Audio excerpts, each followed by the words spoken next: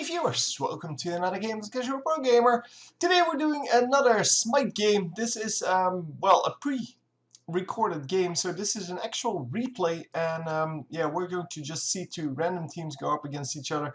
Just to get back into it, I haven't casted any games in quite a while, so I'm just going to try to get back into it. There has been a lot of change in the layout and the use of the spectator mode, so I'm hopefully going to be able to catch up with that, but yeah, we'll have to see how that goes. Anyway, I'm going to skip the rest of this intro or this loading screen, and then we will go back into the game. We are going to follow around Uller because, well, I'm just picking a random character. I may actually be going for the directed mode. I don't know yet. But I think Uller is an interesting enough character to follow around. So it seems that everything is still set to 999. So yeah, we're going to just wait until everything loaded in. Apparently it was quicker than I thought, so I didn't actually have to skip anything. So we are going to just go, as I said, with random people here into this game. And hopefully there he is. So let's see if we can actually just follow him around. So for those of you who want to learn how this all works, this spectator mode, you can basically watch replays, not of every game yet, but I'm sure that will be available at some point. But you can watch replays of and games of people that have been selected, so mostly very good players, as well as all custom games and all ranked games get recorded. So yeah, someone like a pro gamer will have every single match recorded, whether he plays a ranked match or not. And yeah, that's just the way it is. We as normal players do not have that, and we will just have to do with, if someone spectates your game, for example, you can make a replay. So if you you have a friend that is also online but is not in your game, you can ask them to spectate your game even for a few seconds in the beginning of the game. So once the game starts, and then the rest of the game will also be recorded. The game will be recorded from the moment they start spectating, so in some cases you will see games that only start at like 3, 4, 5, 16 minutes. Who cares? Something like that. So yeah, I've had that several times. As you could have seen, the enemy support placed down a ward over here, then went back and is going for potions. Oh no, he went for another ward. Normally we see them placing down a ward, maybe even 2 wards, and then go back to buy potions instead. In this case we can see that he actually did buy an extra ward. So yeah, this first ward is never really very useful if you place it here, because, well, all you can see is that the player's actually there. You're not going to be able to steal it unless you go in with the entire team, but yeah, then there's nobody in mid lane, and you will kind of notice that if you're playing against it. So yeah, there's that. Anyhow, that's just something that is my opinion. Obviously, the higher the game is, so the higher level you are, the more use you get out of these wards.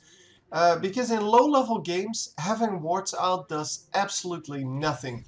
You can completely predict where people are, and people will not rotate too much anyway, so you don't have to see anything, and it's just a waste of money at that point. However, once you go to the higher levels, that is a completely opposite, well, situation, because then people will rotate quite a lot. You will never be able to know where the jungler is, because they keep their position hidden a lot better. And yeah, here is the Spidey coming in. They did not have a ward on their own path. Yeah, all they placed was a ward at the mid lane camp, as well as at the enemy blue, and that is not where the jungler is going to come from. So to me, that is also just a waste of money. It's there's no reason to place a ward on the enemy blue camp in this case, because you're not going to go in. So even if you can see they're there, it doesn't change anything. The only thing is, if you now want to go and grab that that red buff, for example, not that you can do it with an Arachne jungle, but if you wanted to do that, then yes, there might be a reason to ward that. But yeah, well, in this case, you could see it is not very useful, because they're being pushed to their tower, and there's really nothing gained from investing 100 gold in placing those two wards. And yeah, 100 gold might not be a lot, but yeah, it will add up over time, of course. So we are going in finally. The Freya comes in to gank. And are we going to be able to do anything? He stays in ranged mode, finally going into the stun, and then immediately switching back to ranged mode. Not jumping in. He could have jumped in and done a little more damage. He is quite low on mana though, so yeah, he's probably kind of worried about that. So a little bit of poke going off. No real kills yet on this lane. As you can see, the red team ahead by 1-0. But as I said, we were going to follow this guy until team fighting phase, I guess. And then I will switch to directed camera, or whatever it's called. The Kumbhakarna trying to get to the mid camps. And now all of the wards are gone. So Kumbha placing another ward. And that is now a useful ward, because now he can see if people actually leave the lane to come for him. And he sees that that is not the case. They pick up the mid camps, no trouble at all. And the other mid camps, of course, go to the green team or blue team or whatever they are. And they will be able to even that up. So yeah, this lane is turning out to be a lot less spectacular than I had hoped for. And I am going to go to directed mode. Directed mode being, well, this follows the players automatically. It has an algorithm behind it, trying to judge which is the most, well, interesting spot to watch, which is judged basically on how close people are together and how much damage they take. And yeah, from there on, so if you're close to an enemy, it normally shows you. But yeah, for the rest, it's not a great algorithm. That's why most people actually use assisted mode. But being lazy, like always, means that I kind of don't want to do that. Currently, I'm just happy to be able to cast this, and we'll just see what actually pops up. But yeah, you can see that assisted mode would allow me to get out of for example, the people just running back to their lane. But yeah, there's not a whole lot else going on. It seems that everyone went back at the same time. Left lane, however, is being pushed, and I'm sure we will get to that at some point if they actually do something. But yeah, that is for now not the case. So yeah, there we are. Finally. So yeah, just recalling once again someone, and not a whole lot else. I don't know why he recalled. Did he get his item finally? Yes, he did get his item. You could see that Apollo just got his Devourer's Gauntlet completed. And on the other side, that is already completed. So yeah, they're going to stack that up now. It is the main thing to do. And oh, I really hate that. Can I turn that off? I'm sure I can, but yeah, the slow down on ultimates is a really annoying feature they put in there. I thought I turned it off already, because it is in the options somewhere, and I thought I turned it off, but it must have something to do with the directed mode where it's standard turned on or something like that. I don't know. So it seems that well, Hebo is at least having fun in his lane. He's not really having a lot of trouble. He's just doing his thing. Poking long range, yeah, his I believe that's his 3 skill, the spout, is really too ridiculous to be true. I mean, the water cannon, yeah, that's fair. It's very short range, and there's a lot of damage on that. It has a short cooldown, but yeah, this one is really not. I mean, it's super unfair to give someone like this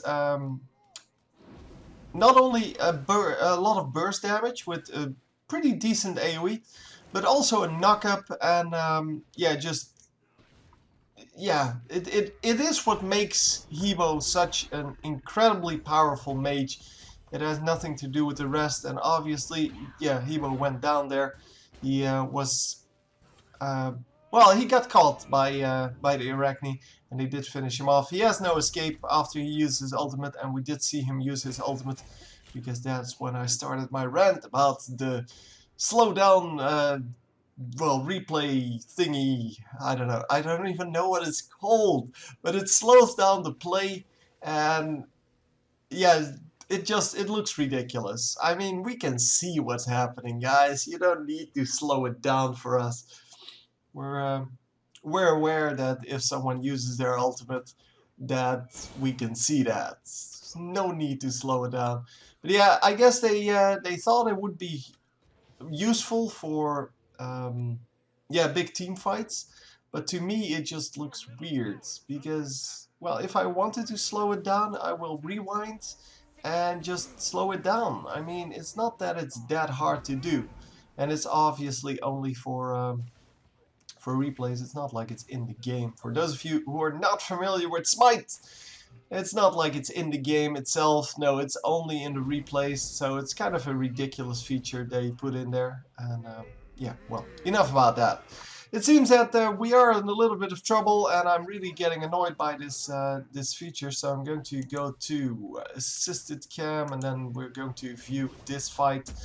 So this means that I will have to click around a little bit, which is annoying to me, but for you, and well, also for me, I guess, it should result in a little more vision on, well, what the team fights actually are doing, because it keeps going back to that right side lane. A very nice ultimate there by Arachne, finishing that last kill. And we will have to see if they can actually pick up more, because there are still kills to be had. Very easy kill there on the Bacchus, not really being in the right spot. He tried to still do something there, even though he was basically up, well, 1 versus 3, because his Uller already ran out. So yeah, 64 for the red team now. And it seems that we did pick the wrong team here to spectate. I just picked someone on the blue team, because blue team fight from bottom to top, and it's easier to I'm clicking that guy. Why is it going to this guy then? Hello. It seems that it doesn't really work the way it's supposed to yet.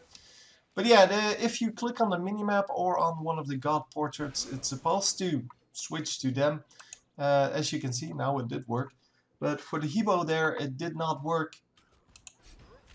No, it thinks that this is Hebo. So definitely some trouble there. Is this done? No. So it's only the one side. Huh, that's funny. So yeah, well, whatever. At least we are seeing some more action now, and we're not going all over the place with random stuff. So Valkyrie's Discretion, or whatever it's called, landing the final hits there, and obviously this is an easy kill. The Spider coming in. Spider still has the ultimate up, so can always escape if need be. We are, however, just going for the ultimate aggressively, and rightfully so, picking up a double kill there. Very nicely done. And Hebo, in the meantime, getting another kill, but might actually be in trouble here, because, well... Oh, wow! He actually did pick up that kill. And is he going to pick this up? No, no, no. Could have worked out, because, well, our dragon here is out of mana, which means that it was basically between the auto attacks and the skills of Hebo, although Hebo didn't have a lot of mana either. But, well, it might have ended up differently. He might have gotten away. So Uller finally landing one of the stuns, but is going to have to get out of there because he has no mana, and they stole his blue buff. So yeah, not a whole lot he can do about that. Not a whole lot he wants to do at that point. And we are going to jump through the wall here, just trying to get the stun off. He gets the stun, but yeah, it doesn't matter, because as long as there are minions and you're not you don't have tower aggro on you, basically, and yeah, you don't have to care about getting stunned in tower range. Because, well, without the tower aggro, yeah, what's Bacchus going to do? Yeah, it's really, he doesn't really have any damage. It's obviously the way it is, but yeah, well, that is, of course, something that you should know. Yeah, the counter warding is starting here. This was the first counter ward. They picked up the ward on the blue buff, and that means that, well, it kind of becomes a little bit harder to keep the vision on the map as the blue team, because, well, lots of wards going down from the red team. And as I said, since the red team now is starting to remove the wards, if they can keep that up, obviously they can pick up a Gold Fury or Fire Giant for that eventually, and that will make all the wards worthwhile. Very nice to have that. It seems, yeah, we are going for Midas boots here, and we're going for Midas boots here, so at least the wards are paid for by those boots. And once again, the mid camps coming up. Mid camps should be going to the red team on this side and the green team on the other side, but we will see if they can actually pick this up, because Arachne is here and she might actually just, yeah, she picks it up. No problem. They apparently have a better timer on it than the blue team. Yeah, blue team reacting too slowly and, well, just not picking it up at all. So in the meantime, we are grouping up here with the entire, well, with 3 of the team. Uller still in his lane. I'm glad I kind of switched away from that. They are kind of fighting one-on-one. Uller did pick up the blue buff and then ran out because he's like, yeah, I'm not going to fight you. That was not the point. So we do get to see a little bit of this. The ultimate's coming out. And it seems that it is a 1-for-0. Nicely done. The Bacchus jumping in there, using his ultimates to, well, just confuse people, do extra damage as well. It does good damage, so I'm not going to pretend that it's not. Yeah, the Agni, of course, finishing that off because, well, Bacchus is not going to do anything after his ultimate. And wow, this seems to be not really the fight for Uller, because he's really getting or losing quite a bit, but yeah, then his support comes in and Apollo will have to run away.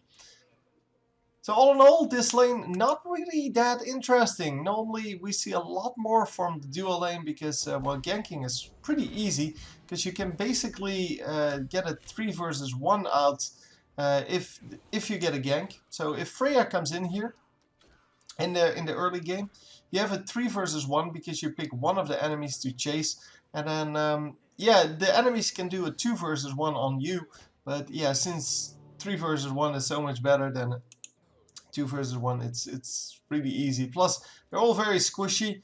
The lane is very long, especially compared to mid lane, which is very short, and well, of course the short lane on the other side of the map is normally, well, filled with people that can actually survive ganks, because that is kind of what makes it makes someone a good solo laner. So in this case, Chang'e, who's pretty much impossible to kill, and I don't know on the other side, I think it was Hebo, yeah, so Hebo can actually die pretty easily to gank. But yeah, here you can see the power of that gank. Yeah, the Apollo does get out of there with a little bit of help from his ultimate. Well, without his ultimate, there was no way he was going to get out. So are we going to get a Spidey that is... Oh, come on. Yep, they are going to go in eventually.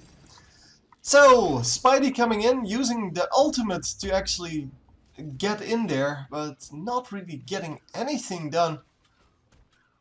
Everyone is still at full health. The mana is getting pretty low on some of them, especially on the Uller.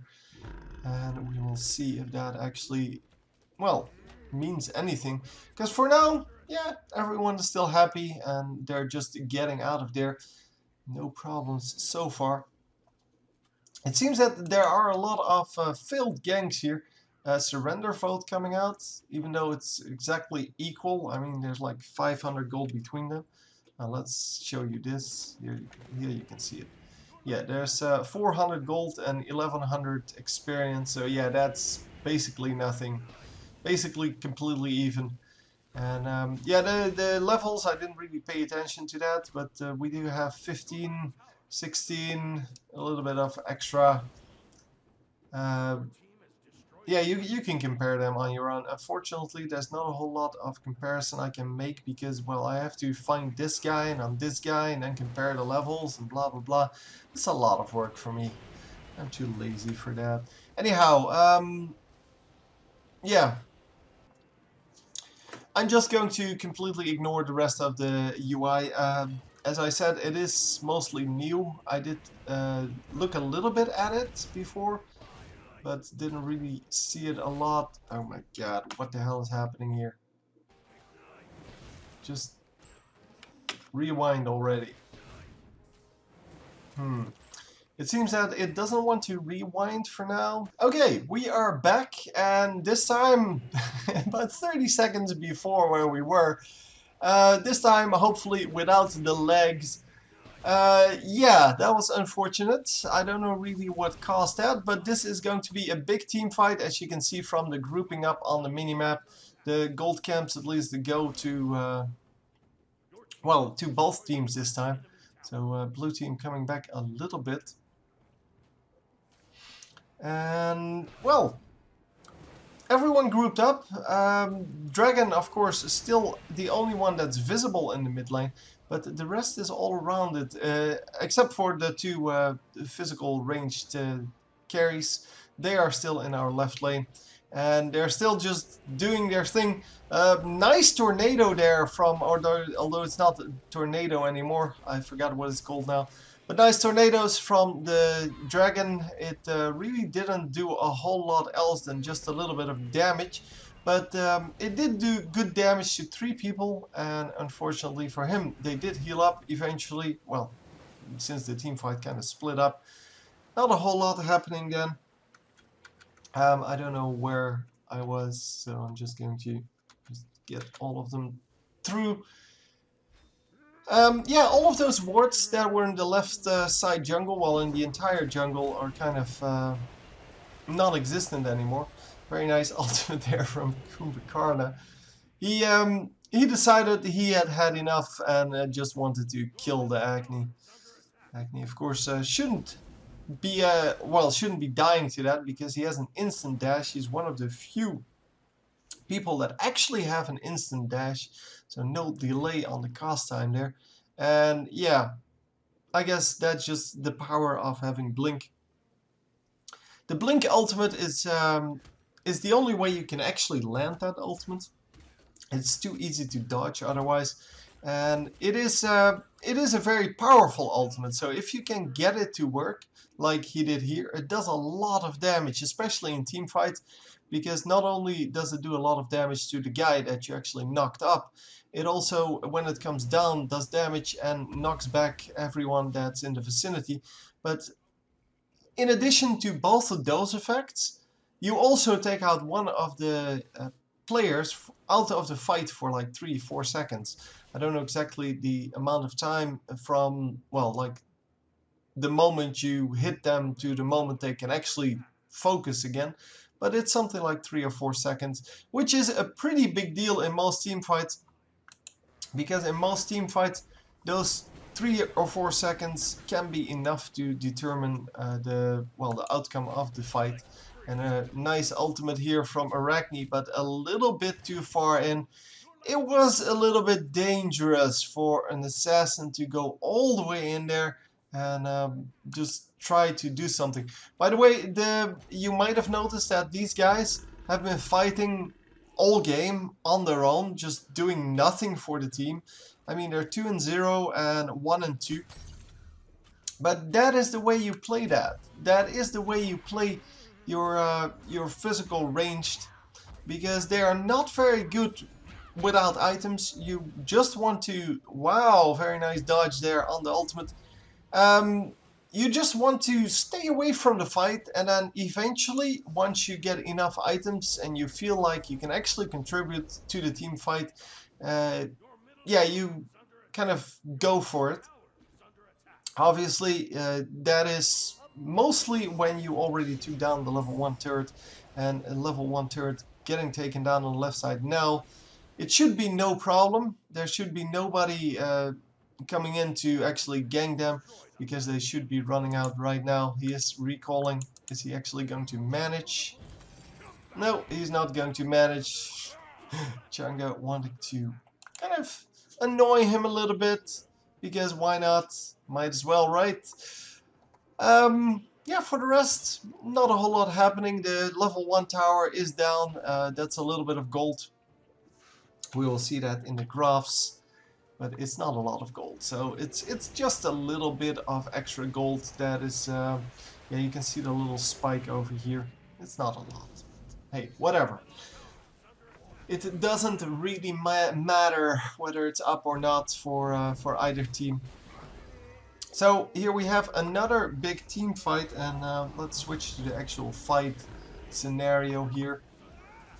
Wow, very nice range on that, but Hebo was focusing a little bit too much on getting that one kill and immediately gets killed afterwards, even though he could have done a way more damage in this fight if he just stood back and just let that kill be gone.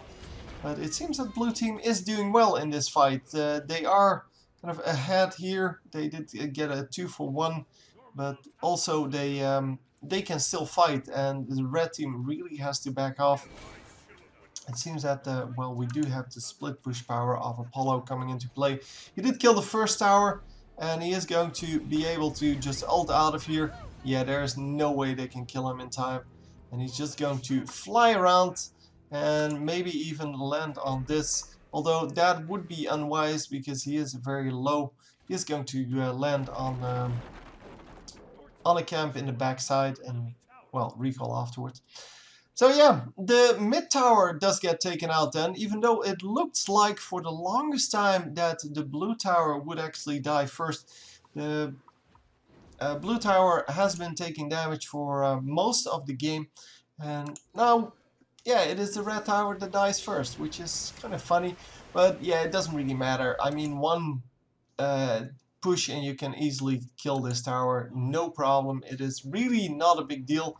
Sprint coming out from Agni, and he is going to be safe.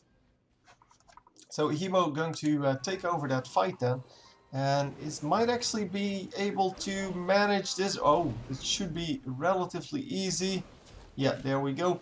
And as I said, short cooldowns for Hebo, but yeah, he pays for that by having no escape, and that really screws you up in most of these kind of fights. So the 2 versus 2 fights and things like that, where if you get one kill, you can still be killed pretty easily, especially in the team fights, of course. And wow, that was a lot of damage. So Agni does get out of there. The rest of the team showing up to help the Agni and just killing the Spidey. Spidey not really that powerful in the later stages of the game. Just, however, still very useful in the beginning of the game. And can definitely hold her on. So still this fight going on, but Apollo overextending a little bit. He should have his ultimate. And yeah, he is going to get out of there. That is what you do as Apollo. You just wait until you're in trouble, and then once you're no longer in trouble, you just, or once you get in trouble, you just ult, and then until you're no longer in trouble, so until you can find a region where you are relatively safe, and then you just go from there. Yes, Freya could have gotten the kill there, but didn't want to overextend, didn't want to, well, to be there when the rest of the team showed up, but there was no rest of the team. That was it. She could see the one guy in mid, and well, they did pick that up, so I guess she left the kill to grab a secured kill, or a safer kill. And that's fine, but they could have gotten both, and I think that is what the play should have been. Uller here in a little bit of trouble. Might actually die here, but he is landing some shots on Chang'e. Is going to have to land a stun though to make this really worth it. Oh, he's going to just jump through it.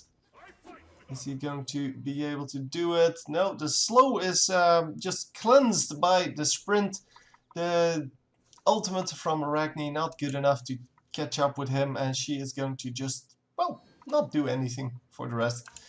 That is kind of the problem with her in the later stages of the game. Yeah, she has to be close to her target, yet she has no HP, and yeah, because of that, if she gets stunned even once, she basically dies without doing anything.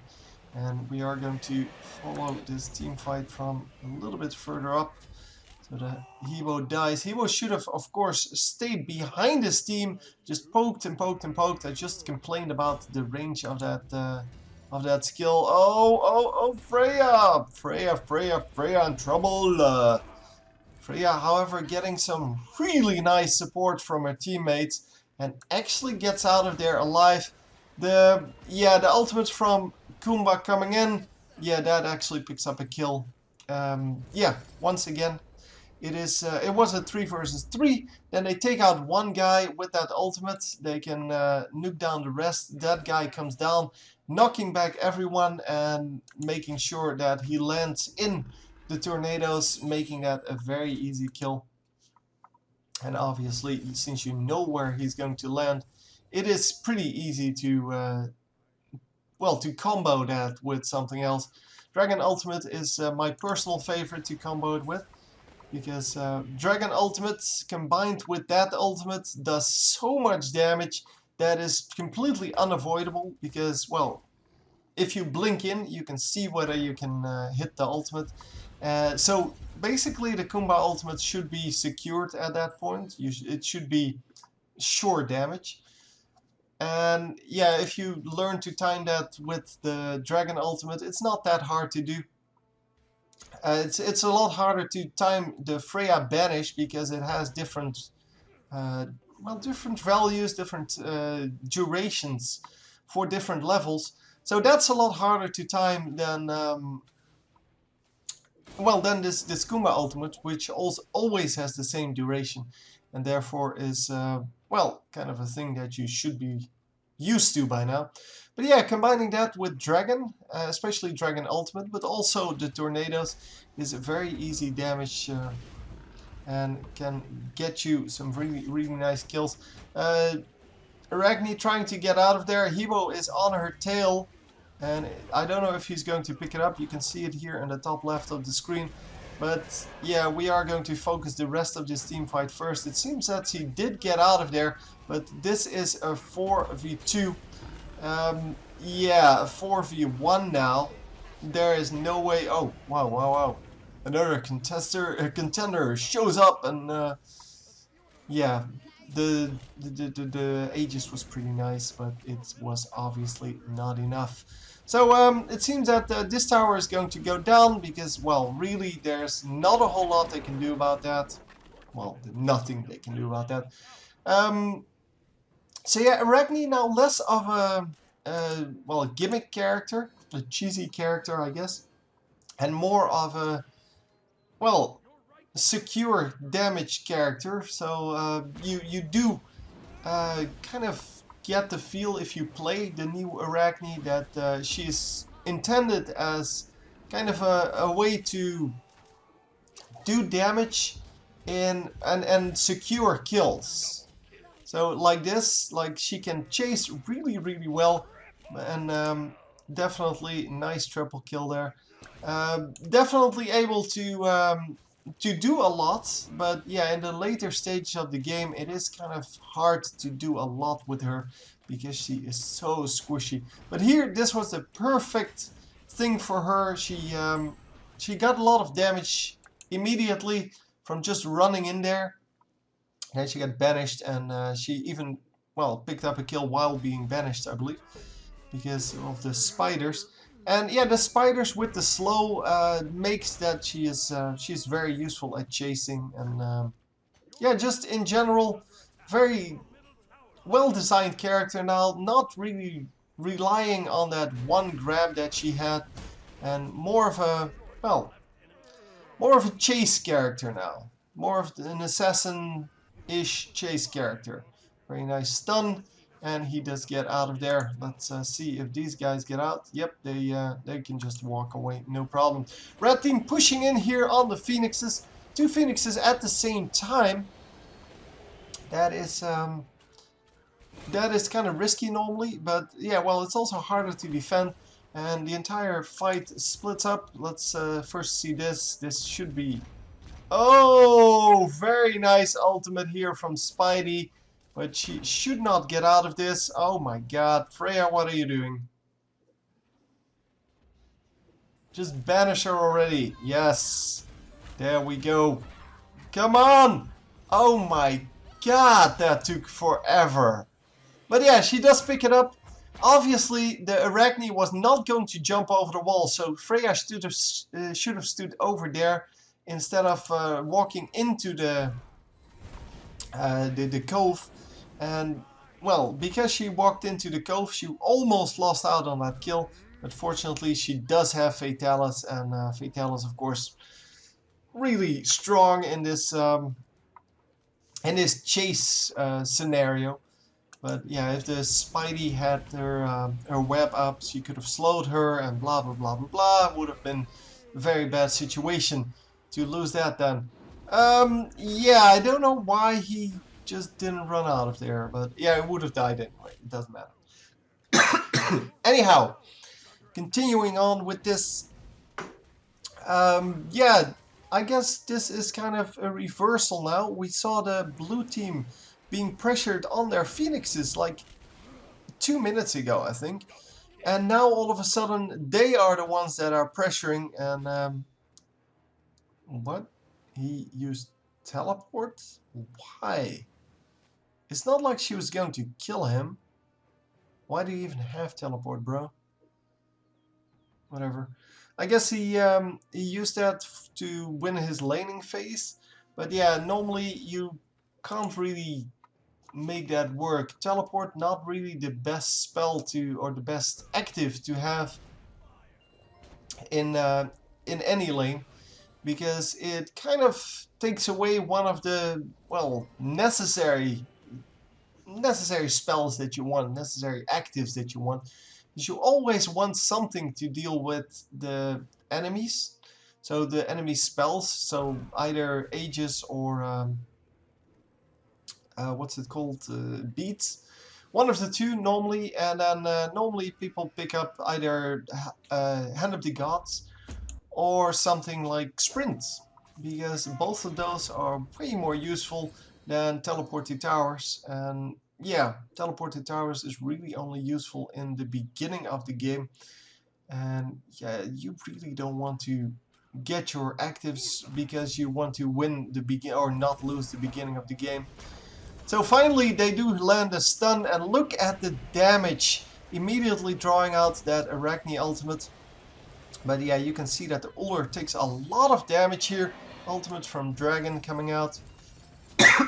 Sorry. We are going to go into the rest of the team fight with very low health bars here for most of the red team. Yeah, Apollo is still very low, and yeah, even the blue team is now getting low because they're not really focusing well enough. They did a lot of damage to the Kumbhakarna, and Kumba is obviously not going to die very quickly, so eventually he will die if you keep poking and poking and poking. But that's not the guy you want to be poking at. You want to be poking at those squishies. And well, those guys die very quickly, and obviously the more damage you do to Kumba, the happier the team will be. Oh, is he going to get out? Oh, this is so risky. Oh wow, he did get out, and they did pick up the other guy, but oh, wow, did land that. Impressive. So a deicide here for the red team. They do have minions here. They should be able to pick up this tower, especially with a healer there, because she can actually heal up the minions, and that means that they can stay around a little bit longer, and that means that you can actually do damage to the tower until it dies, because, well, who's going to pick up those minions? Well, apparently that would be Hebo, because Hebo is coming in, but he's already very low health, and he is going to die to the next spell that is fired his way. It seems that Chang'e really wants that kill, and yeah, is going to get that. As I said, next spell will kill, and yeah, he just didn't do that in time, or he didn't do that very well. He could have picked up the minions and then just ran out, because that tower was already down and these kills were never going to happen by him alone. So staying back would have been much, much better. The fire giant goes to the red team because they saw that 3 people were fighting here, plus the one that actually died. That means 4 people you know are in the left lane. So who's going to stop you from doing fire giant? Very nicely done. Very well executed. And even though they are having some severe trouble pushing lanes for some reason, they are going to at least get another fire giant here. And Ragni with her ultimate not really going to do anything. So use her ultimate to kind of chase, but there was nobody really low, so yeah, not a really best case scenario here. And there is going to go the ultimate. No follow-up though, but they might actually still pick it up. Oh, if only he had an ultimate now, Ragni. Yeah, so that is why you want to use that ultimate only when you need it, and not just at random. He does pick it up. The Agni is going to get out of here safely, but are we going to all be safe? Yeah, it seems we are. So okay, blue team fighting for their lives here because they're really getting pressured, and especially with this this fire giant buff, it is impossible to kill the tanky dudes.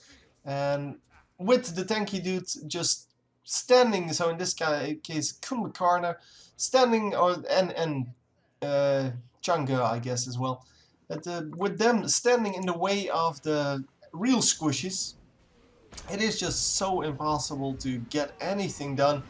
The Hebo ultimate once again, he didn't take a lot of damage this time in the beginning of the fight, but is now in the middle of the enemy team and is probably going to die. There he goes. He does, however, pick up one of the enemies with him, and I guess the dragon should be counted with that as well. The slows from Freya, not good enough. The slows from Arachne are way better. Nice drop there from a ward just to see whether the enemies are going to go for the Gold Fury. In this case, they could have seen that they were going for the mid lane. But yeah, at least seeing that they're not doing it means that you can choose to either do it yourself or to defend it, because as a support you normally have Hawk 3, which means this Hand of the Gods for those of you unaware. And Hand of the Gods obviously allows you to, well, grab, or should allow you to at least attempt a steal on the Gold Fury. And yeah, well, now he knew, because they didn't go for it, and he wasn't being chased. He could safely just recall and regroup for the fight. It seemed that yeah, we did get another kill there on Freya. Freya getting killed in the middle of nowhere, just standing on top of a ward at enemy speed buff, and just well, getting insta-gibbed. So yeah, this is where that ward comes in so handy. Because, well, they knew now that, well, there was a Gold Fury going on. This was, of course, the wrong way to do that. What he should have done is waited, because he has vision on that Gold Fury. He should have waited until the Gold Fury was low, jumped in, grabbed the Gold Fury, and then his team would have been with him. And then, obviously, they could have picked up the Ulr as well, because Ulr only has a stun, and then a jump, but that is not good enough to get away normally. And yeah, normally you should be able to pick up that kill. Anyhow, a little bit overzealous on the support, trying to prevent that Gold Fury, not realizing that instead of preventing it, he could have just stolen it. So it seems that red team is just pushing into this Phoenix and actually getting the kill on that. Oh, come on. Finish it! Yeah, there we go. It finally goes down. and now it is becoming harder and harder to defend. I recently learned, and everyone knows this of course except for me, but I recently learned that once you kill a phoenix, it does come back up obviously, but it comes up at half health and half damage, which means not that it comes up at low health, because it does that as well, but I mean that the maximum amount of HP that the Phoenix has is half the maximum amount of the original Phoenix. And that is of course done to make sure that, well, you can't drag out the game forever. And it is very nice, but I didn't know it. I did realize that, well, the Phoenix went down way quicker in the super duper end game, but I always kind of thought that was because you just do more damage, but apparently that has nothing to do with it.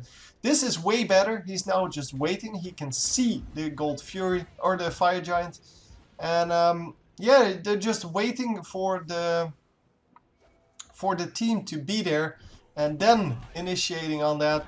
It seems that Kumba was a little bit out of place, but well, they do pick up the kills. And are they going to be able to pick up the Freya once again? Freya is still alive. Arachne does get picked off once again. She, like the Hebo, I guess, is just too far forward all the time.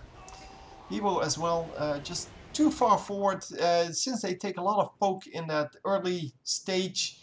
It makes it very hard to win team fights in this case, or with this this setup like this. And yeah, we are going to go for the Fire Giant now then. 3 guys coming up.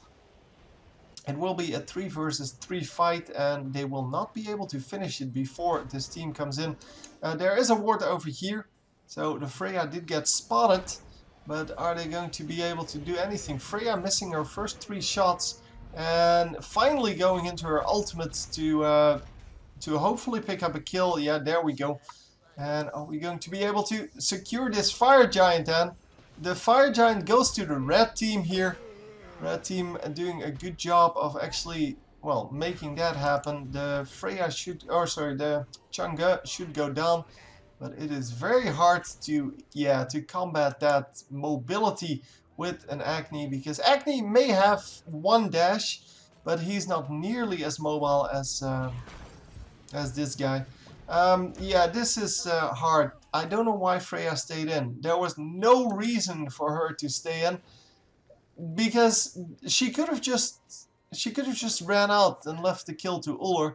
Or maybe hid behind the wall or something like that. Like, if he comes around the wall, I will be able to slow him or banish him or whatever. Making sure that you you cut off that retreat path, which is really the only real problem. That yeah, that still wasn't covered. So anyhow, yeah, with 1 Phoenix down, the blue team will have to deal with these fire minions, or super minions, or whatever they're called. And as you can see, this guy is not going to do it. He is going to do some damage to them, but this is going to take forever for him to kill. He has 0 damage, and yeah, it's just not good enough. I mean, yeah, the only damage he has is just his basic damage. And yeah, the Fire Minion is just way too strong for him. But finally his team comes up to actually help him. The Phoenix, sorry, comes back up. And the Phoenix is going to regen health, obviously, until it's full health again. But as I said, it will be half health. Whoa, that crit! Okay, that ultimate from Bacchus wasn't even necessary, because that crit took out like 500-600 HP. And that was quite a big chunk of the health. But yeah, they did defend once again. It seems that Hebo did give his life for it again, because he probably ulted too early and ended up in the middle of the team, or just too far forward. I don't really know. I don't really care either. No, no, no, don't follow you. Follow this team fight. Alright, I can also, of course, for the team fights, do this, which should work. So I can... stay in place, and that would make more sense for a team fight. So let's see what the health pools of the teams are. It's about equal actually, but yeah, you can see that 3 guys are down versus 1 guy down, and now we are cleaning up here. This should be Uller's way of saying hello here. Come on, dude, you've been farming all game. Yeah, he does pretty nice damage here, but can he go up 1 versus 2 or 3 in the beginning? But yeah, they are going to run away from him. They take too much damage. And yeah, finally, the Hebo found his spot. And this was his spot. No! Ah, oh, you water cannon too early. It doesn't matter in the end, but it's so sloppy. So a triple kill there. Well, it's not actually a triple kill, but a double kill, and then the 3rd kill for Hebo. Doing a good job of finally finding his place in the team fight, which is waiting, just like Uller by the way, waiting until everything big has been expended, then coming in and then doing all your damage, because Hebo is the best, of course, at just poking and, well, finishing off people. Poking is kind of his specialty, but yeah, he can also finish off people if they're low health, and especially if the entire team is low health and he dashes through that with the ultimate, and he can definitely do a lot of damage. So lots of good stuff going on, and in the end, well, they did come out on top of that. So gold really doesn't matter, so this gold fury is completely useless. 99k versus 98k, it really doesn't matter anymore. Everyone has full items, I'm assuming, or close to full items, except for the supports maybe. And for the supports, this might actually still make a difference, but it really shouldn't. Plus, everyone's level 20, well, except for the supports once again, or one of the supports. So even that doesn't matter. But yeah, all in all, Gold Fury's not really that big of a deal. Well, it's completely useless at this point, but it does give you some advantage at least. So yeah, we're just waiting here for the next team fight to break out. It seems that I missed an Apollo kill, and that is quite significant. Where is Apollo? I'm sorry, I have to do it again. Oh, he's just battling it out here, and apparently did not have his ultimate up. He did have his ultimate up. Why didn't he use it? He could have just used his ultimate to get out of there, and then, oh my god, I know I lost another kill. But yeah, this is of course very, very sloppy. The red team losing 2 people in a crucial spot in the game. So this time, at this time, if you lose 1 guy, it's already going to mean that you lose a Phoenix. And in this case, they are not going to go for the Phoenix. They're going to go for the for the Fire Giant, which is not the right call. The right call, yeah, would be to just go for the Phoenix. They're actually not going for the Fire Giant, it seems, although they are working on it. But yeah, there was a kill on the edge there. Unfortunately, didn't catch that. So we will go back to directed camera. Maybe that's a little bit easier. Maybe it will get a little bit better vision on the team fights. And obviously, that is what we want. Yeah, I would like the thing to zoom out a little bit more. It seems that that's impossible though. But hey, whatever. The middle Phoenix should go down pretty easily. There is still 1 tower up, which means that the Titan is, yeah, they call it a Titan now. The Titan is still pretty tanky, but they should be able to pick it up pretty easily. There are still pretty long respawn times on 3 of them. And yeah, an easy kill on the Titan indeed. So in the end, the blue team comes out with it. And there was so much back and forth that I really couldn't see who was going to get it. Yeah, the heroes, I guess Freya did well.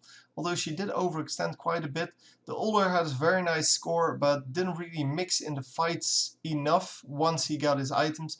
And here it is the Chang'e who has a very nice score, but also, yeah, got a lot of really nice poke off in the beginning. So in the just during the laning phase and such. Just all in all, I thought it was a very interesting game. And just for, well, a random game that I picked out, I thought it was pretty interesting. So here you have all of the stats. And yeah, I'm going to call it a day. Hope you enjoyed, and I will see you next time. GG.